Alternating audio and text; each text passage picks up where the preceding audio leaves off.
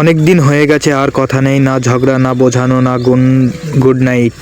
এই নীরবতাটা অভ্যাস হয়ে যাচ্ছে, আর সেটাই সবচেয়ে ভয়ঙ্কর। হঠাৎ একদিন অচেনা ওদিকে একটা কণ্ঠ এলো, কাপা কিন্তু চেনা। দেখা করবি? এই মুহূর্তে সময় থেমে গেল। সে শুধু বলল, কোথায়? পুরনো সেই কফি শপে, যেখানে কোনো একসাথে যাওয়া হয়নি, তবু দুজনেই নিশ্চিত জায়গাটা সে পৌঁছাতে দেখল। চুল এলোমেলো, চোখের নিচে ক্লান্তর ছাপ। কিছুক্ষণ কেউ কিছু বলল না। শেষমেশ ওই বলল, আমি চেষ্টা করেছিলাম তোর থেকে দূরে থাকতে, কিন্তু পারিনি।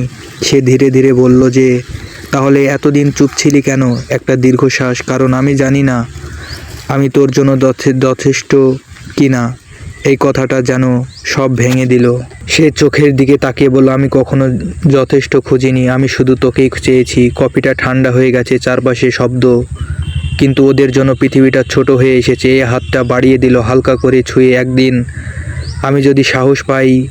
সে এবার পিছিয়ে এলো না, শুধু বলল, আমি তো সেই একদিনটার অপেক্ষায় আছি। চূড়ান্ত কিছু ঠিক হলো না, কিন্তু প্রতিশ্রুতি না, কিন্তু বিদায় সময়।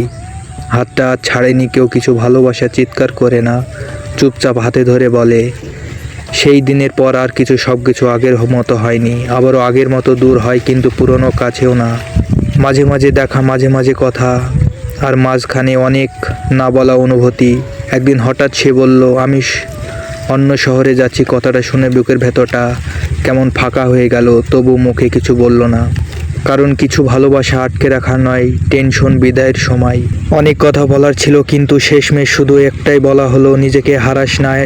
ও হেসে বলল, তুই আসিস বলে তো নিজেকে খুঁজে পাই। ট্রেন ছেড়ে দিল, হাত নড়ল দুজনেই। আর ঠিক তখনই সে বুঝলো, কিছু মানুষ সারা জীবনের জন্য নয়, কিন্তু জীবন বদলে দেওয়ার জন্য আসে। বছরের কেটে যায়।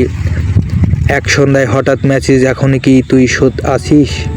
হেসে উত্তর দিল, কিছু মানুষ কখনো যায় না। সেই দিন আর দেখা হয়নি, হয়তো কোনো দিন হবেও না, কিন্তু মনটা শান্ত। কারণ সে জানে, ভালোবাসা মানে সবসময় পাওয়া নয়, কখনো কখনো একটা মানুষ হয়ে থাকা। আর কোথাও না কোথাও এই গল্পটা ঠিকই সত্যি। একদিন তোর হয়ে যাऊंगा। রাত 12:30, শহর ঘুমিয়ে পড়েছে, কিন্তু কিছু মানুষ আছে যাদের ঘুম আসে না।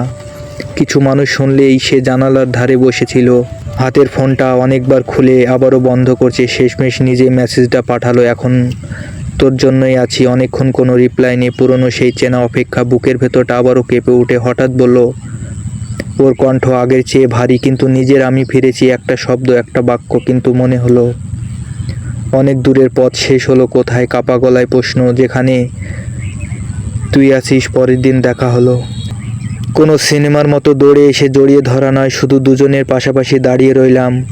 তারপর সে আস্তে করে বলল, আমি অনেক ভয় পেয়েছিলাম, কিন্তু তোকে ছাড়া আর বেশি ভয় লাগে। সে এবার আর নিজেকে সামলানো না, চোখের জল লুকাতে চায়নি।